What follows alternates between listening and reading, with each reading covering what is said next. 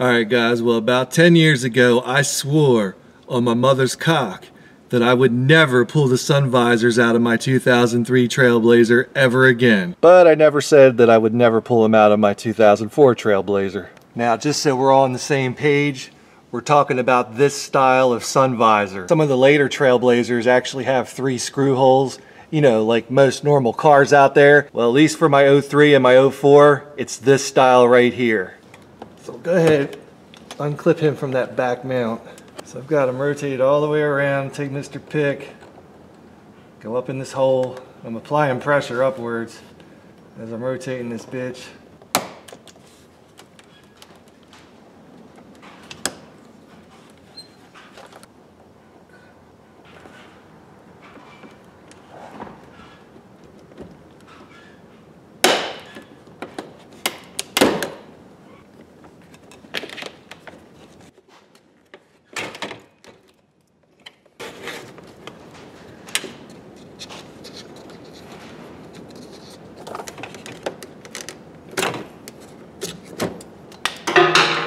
Buckets. Some genius from the factory thought it'd be a good idea to glue the wire, you know, from the mirror into the headliner. So let's take this asshole and this fucking asshole to the workbench. I'm gonna go ahead, I'm gonna assemble this thing back together outside of the car. What really threw me off my first go around with these assholes is that the 3 tabs on the receiver piece can actually fit into the visor piece 2 different ways, and they both look like they will work. Like that right there, I mean, it looks like it'll work, right? Well, it won't. The way it's going to go in is this little tiny indexing nub is going to go into the slot with the wire in it. Once you get it up in there and everything's lined up, once you smack on it, it's going to lock this piece in. Once everything's situated in there, and you go and you rotate this bitch back out counterclockwise, that little tab is going to come back flush.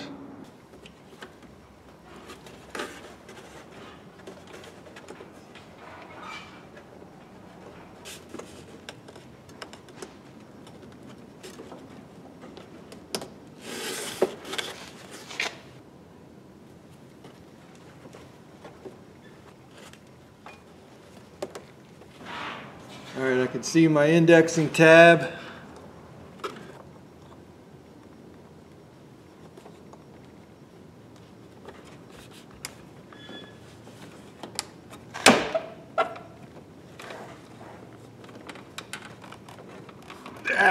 There you go, you son of a... I'm gonna pop my A-pillar trim back on.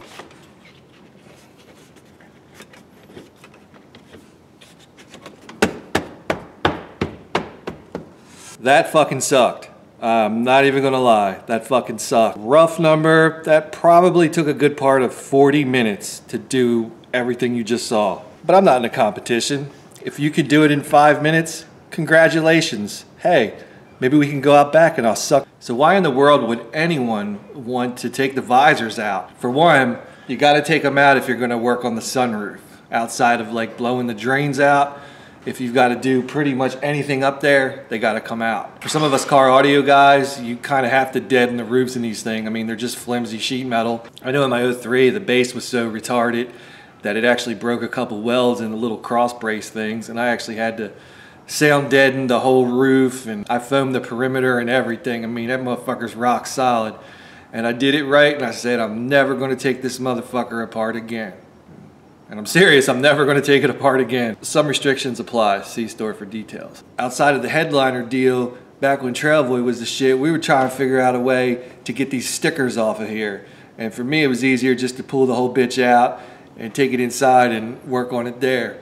Boy, did I regret doing that, because getting this motherfucker back in was a bitch. Now, over the years, you guys have asked me about this, and I can't really put what I just did into words, so it's just better just to show it in video form. I was referring people to an article on a website which was bought out by a corporation and was then turned into an ad farm. At the same time, this corporation installed a whole lot of rules and regulations on what to do on said website, which is fine, they own the website.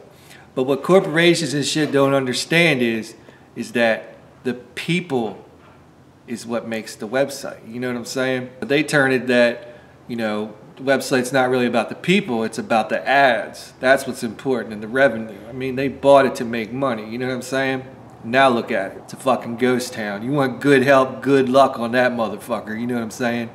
Still gonna send shout outs to the crew over at GMT Nation. I've said it 100 times, I'll say it again. If you guys are looking for a Trailblazer website, you can always head over to GMT Nation, you know what I mean? We are gonna do some sunroof troubleshooting and stuff like that. I don't even know if the sunroof works in Minty Green, but there's a lot of stuff we are gonna do up above the headliner, so more than likely it's gonna come out and these visors are gonna come out again. So chances are you'll probably see this again, but it won't be as detailed. You probably won't see me wrestling and cursing this motherfucker. Well, at least 10 minutes going back in. 10 minutes from the time I held this thing up there and was just trying to get everything situated and into place, you know what I mean? There's nothing easy about this, unless I guess I'd done this like 1,000 times in a row before right now, but I'm not. I'm keeping it real. I haven't touched one of these since the last time I did my 03, which was probably around 10, so a good 9 years. And it's just as fucking frustrating now as it was 9 years ago. Fuck these things. Man, I can't stand this shit no more.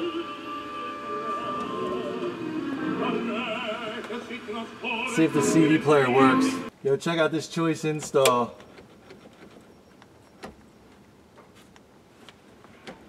Yo, man, my cousin can wire that shit up in like 10 minutes, son. Back up in your ass with 27. You play DVDs?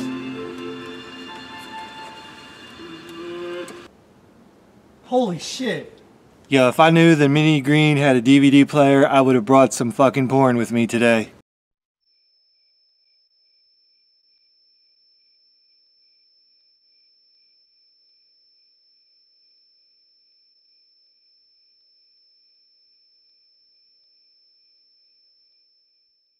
Yo, what's up? Buick Verano. How awesome this car is. Oh. Ooh. Ooh. Man, fuck this Buick.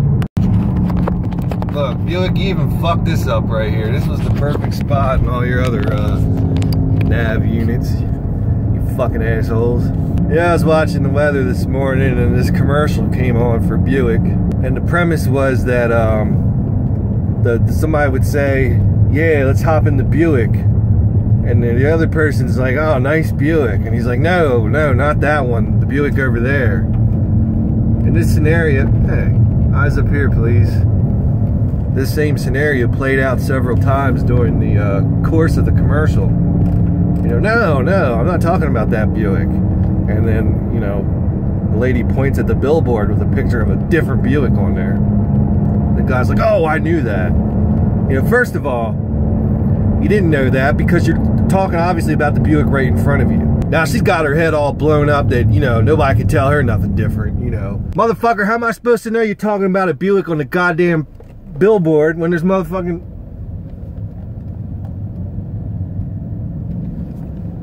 There's a Buick sitting right there in front of us. How are we going to fit the football team in this Buick right here? No, not that Buick. This other one, which was like the what the fuck is that? The Encore? Yeah, pack 7 adults in a fucking Encore. Good luck. Ugh, who wouldn't be crammed up with a room full of guys in a little Buick Encore?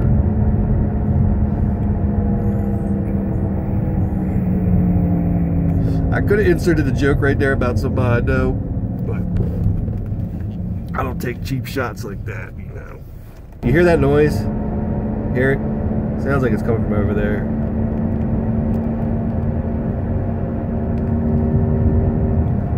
Oh. You hear that wheel bearing noise? I'm not talking about that wheel bearing noise on this car. I'm talking about the car that's fucking riding down that way. Yeah, way to go. I guess since Buick doesn't have that famous fucking golf guy doing their commercials, they gotta step it up now. I guess this Buick ain't too bad after all. And I am talking about this Buick right here. Don't want to confuse it for another Buick you guys may be watching right now, right in front of you. Hey, if you want to fix the noise, turn the radio up. You open up your heart. I can still hear the wheel bearing. Looks like turning the radio up doesn't always work. Maybe we can crank this. Where's the rap station at?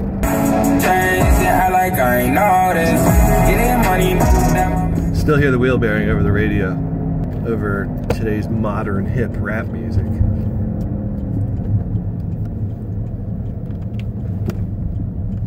Alright, I'll be back. Gotta score some gas station donuts. Yo, gotta cop the GSD, son.